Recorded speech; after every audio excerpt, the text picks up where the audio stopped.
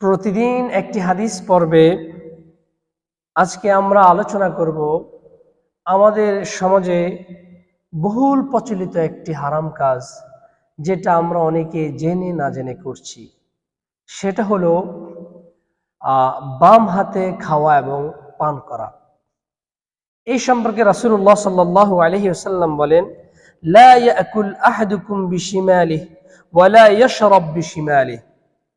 নবী সাল্লাল্লাহু আলাইহি ওয়াসাল্লাম বলেন, বাম হাতে যেন তোমাদের কেউ না খায় এবং পান না করে। ফাইন্না শাইতানা ইয়াকুলু বিশিমালিহি ওয়া ইয়াশরাবু বিশিমালিহি। কারণ শয়তান বাম হাতে পানাহার করে।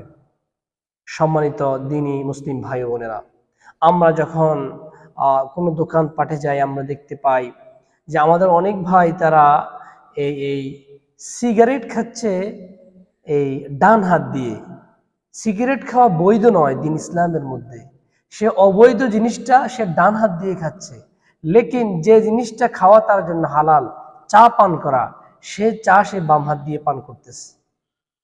এরপরে আমরা আবার দেখতে পাই যে বিভিন্ন হোটেল রেস্টুরেন্টগুলোতে অনেকে চামচ বাম হাত ব্যবহার করে সে খাওয়া খাচ্ছে। কোন অবস্থাতে আমাদেরকে বাম হাতে খাওয়া উচিত নয়, বরং বাম হাতে খাওয়া হারাম। যদি কেউ অপারগ হয়, কারো যদি হাত না থাকে, কারো যদি হাত ভেঙে যায় বা অসুস্থতা একেবারেই হয়, তাহলে সেটা ভিন্ন ব্যাপার। সেক্ষেত্রে সে তার ডান হাতের পরিবর্তে বাম হাত ইস্তেমাল করতে পারে।